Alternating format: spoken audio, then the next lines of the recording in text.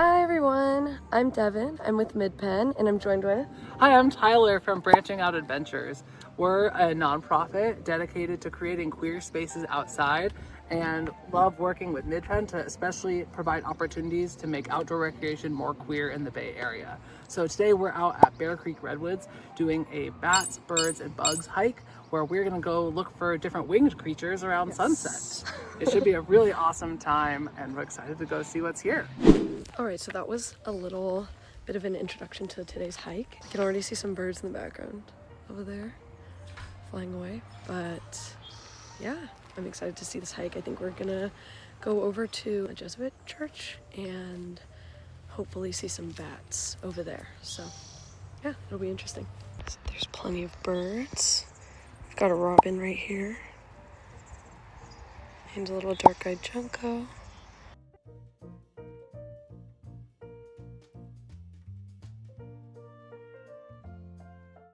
I've been trying to get a photo of a quail for like 3 videos. Quail in here, guys. Quail Where? I thought they were quails. Been trying to get a video of a quail. Little quails down there. Maybe I'll get a little picture or a video of one. That always had quail, and every single time I would warn the kids, like, they're gonna be really loud. Please don't scream. I can take a little moment of silence right now.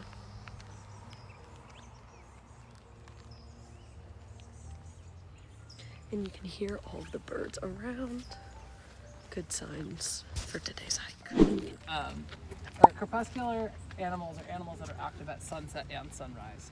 And so, like, these are kind of ideal times of day to avoid heat, to avoid people and predators. Now there's like a specifically threatened species of bat around here called Townsend's big-eared bat. And they're so cute. Do y'all know about it already? It was the one bat that I mentioned that I remembered. It's like a garden of sorts. So this is a restoration site.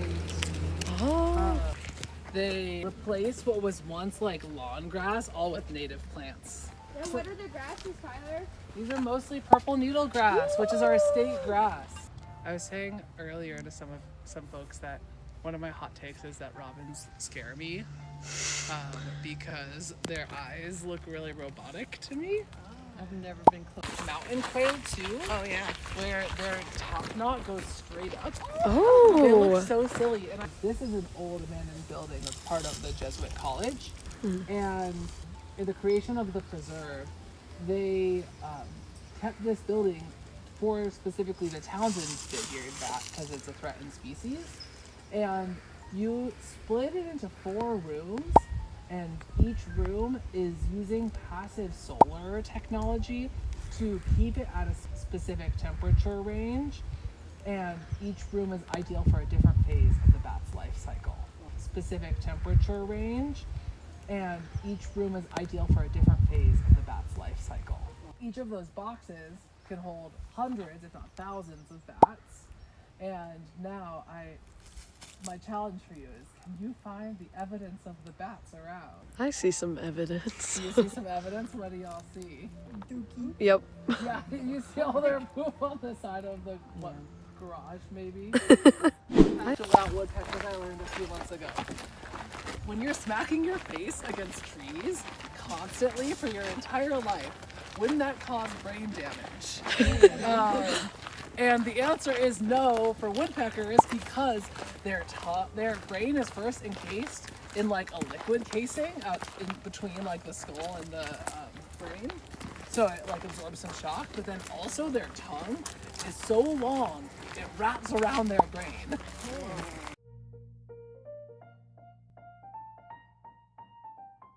Does anybody know this plant? In groups of trees that are very shiny. Poison oak. Poison oak. It's poison oak, exactly. I want to touch poison oak. If you don't know it, these are in groups of 3. Usually shiny, but sometimes they turn red at different times of year. And it does not have any hairs or thorns.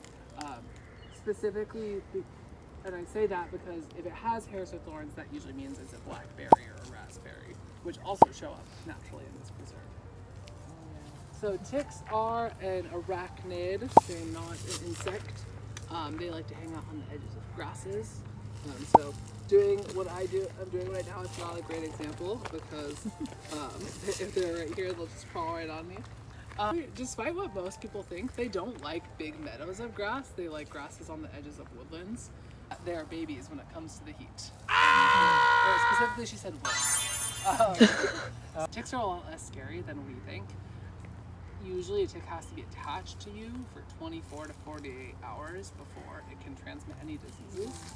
To get Lyme or a disease from a tick, you would have to not notice it crawling on you, not notice it bite you, then not notice it fully attached to you for 24 to 48 hours, and then even still, it would have to be one of the 3% of ticks that actually carry the disease, Lyme disease. Odds are in our favor, but we always want to be cautious. So the reason there's not a lot of Lyme disease here is because the ticks' favorite food sources when they're young is the western fence lizard. And those lizards are the ones that you see on the sidewalk that are everywhere, and they have a protein in their blood or some compound that neutralizes Lyme. So the ticks will feed on the lizards, and then they'll be free of Lyme for the rest of their lives. And that's why it's like 3% rates here versus like the East Coast. Like everybody's cousin has gotten Lyme. Favorite.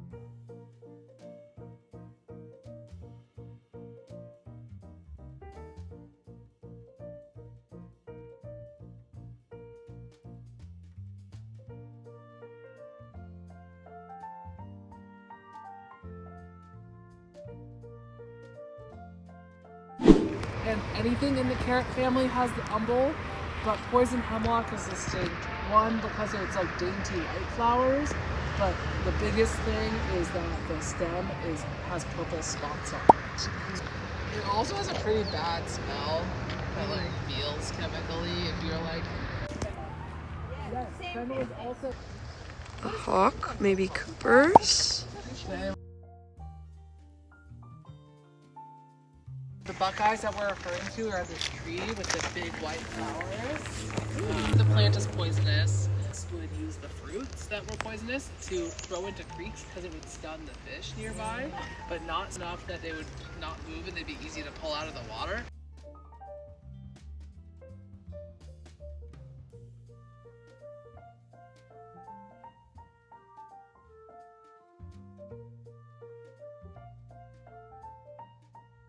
All right, so for a quick update, we're walking through the forest right now, and we're on kind of the second half of the loop currently. We entered quite a dense forest, saw some buckeye trees, lots of invasives unfortunately, but also lots of beautifully planted native grass and native plants. This is the view. You can hear the trees.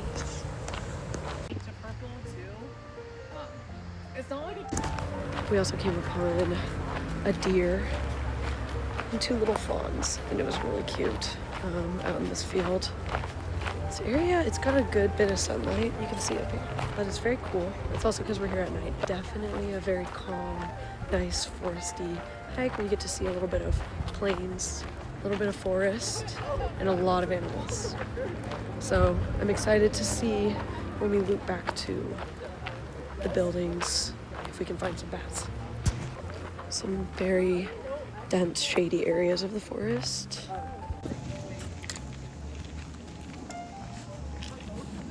More after that. Banana slug. Oh my god, so cool. Corn. Sweet.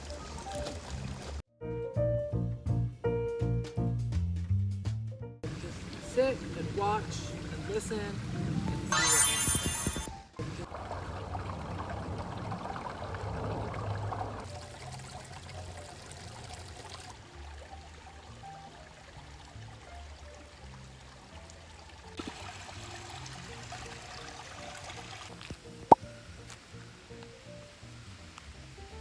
Nice. Well, I'm gonna click our red-shouldered hawk. Yeah. Oh yeah, because I worked in the San Jose airport. Latin name means toxic tree of many forms because it can grow in so many diverse ways. And it can grow up to 100 feet tall on the side of a tree. So very, very crazy plant.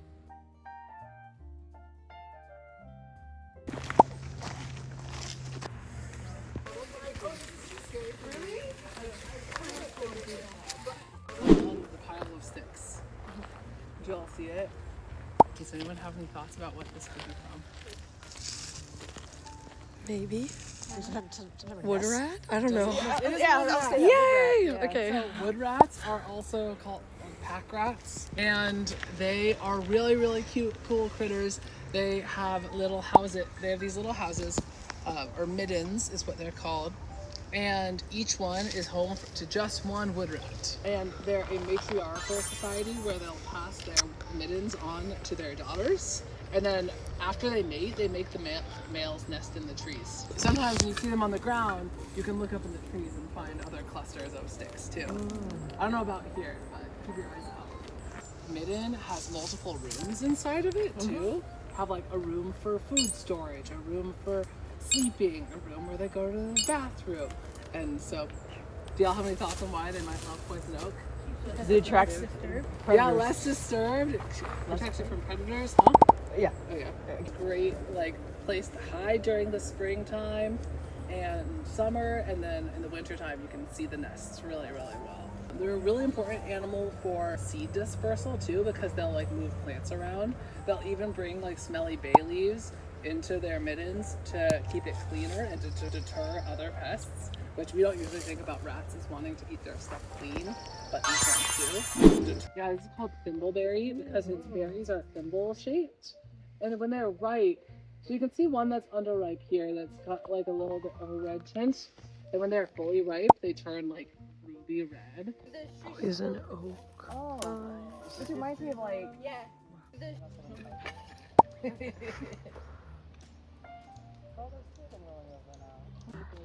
They're so tiny and they're so freaking cute. This is a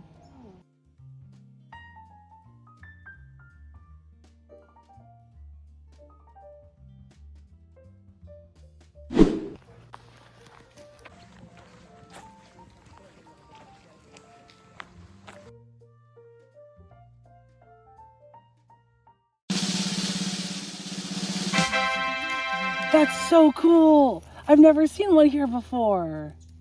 He's mad at you. No, we're friends, I promise. He'll bite you. So the scorpions here, this is a western forest scorpion, and apparently their sting is like a bee sting. I still wouldn't want it. Here, I'll but- move the yellow one back. Oh yeah. Thank you. Really gentle. These have fully died. Oh yeah, these are non-native pines. I think this is where we saw the woodpecker earlier though. To see it. I was in this spot. They were almost. What tells you it's a Stellar's Jay? Yeah, the blue and the black especially. Documentary. It's called Second Nature.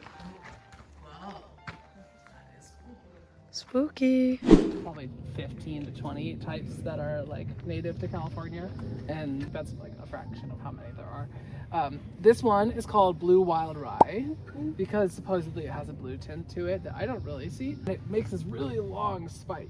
Spike is the technical term for this flower structure because it's like one central spot where it's all coming off of versus like lots of little branching ones. What are some uses of rye, do you think? Rye bread. So rye bread that we buy commercially is ryegrass seed that is ground into rye flour. And just like those grasses, you can grind these grasses into flours that you can eat. I have a dream of making blue wild rye bread someday. We'll see if I get there. Maybe tomorrow you'll have a blue pen.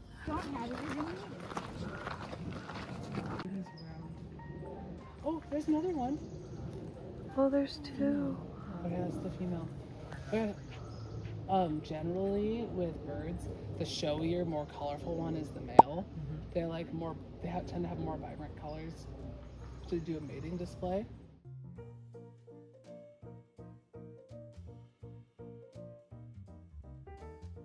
All right, Bear Creek Redwoods has a very rich history that I will try and summarize to the best of my ability.